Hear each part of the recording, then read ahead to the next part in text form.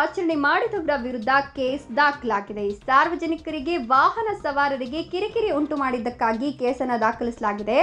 ತಡರಾತ್ರಿ ಕೋಲಾರ ನಗರದ ಡೂಮ್ಲೈಟ್ ವೃತ್ತದಲ್ಲಿ ಹುಟ್ಟುಹಬ್ಬವನ್ನು ಆಚರಣೆ ಮಾಡಲಾಗಿದೆ. ಹೀಗಾಗಿ ಪಟಾಕಿ ಸಿಡಿಸಿ ಶಾಂತಿ ಭಂಗ ಮಾಡಿ ಸಾರ್ವಜನಿಕರಿಗೆ ಕಿರಿಕಿರಿ ನೀಡಿದ ಹಿನ್ನೆಲೆ ಬರ್ತ್ಡೇ ಬಾಯ್ ಸೇರಿದಂತೆ 7 ಮಂದಿ ವಿರುದ್ಧ ಪ್ರಕರಣ ದಾಖಲಾಗಿದೆ. ಚುನಾವಣೆ ನೀತಿ ಸಂಹಿತೆ ಜಾರಿ ಇದ್ರೂ ಕೂಡ ಸಾರ್ವಜನಿಕವಾಗಿ ಹುಟ್ಟುಹಬ್ಬವನ್ನು ಆಚರಣೆ ಮಾಡಲಾಗಿದ್ದು, ಬೆಳಗಾನಹಳ್ಳಿ ಆನಂದನ್ ಅವರ ಹುಟ್ಟುಹಬ್ಬ ಆಚರಣೆ ಮಾಡಲಾಗಿದೆ.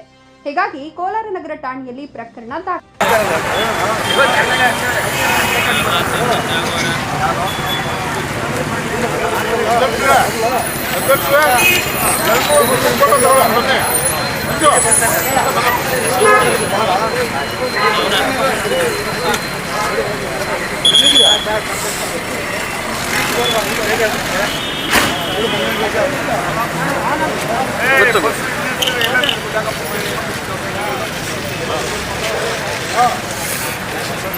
ರಾಮಾಚಾರಿ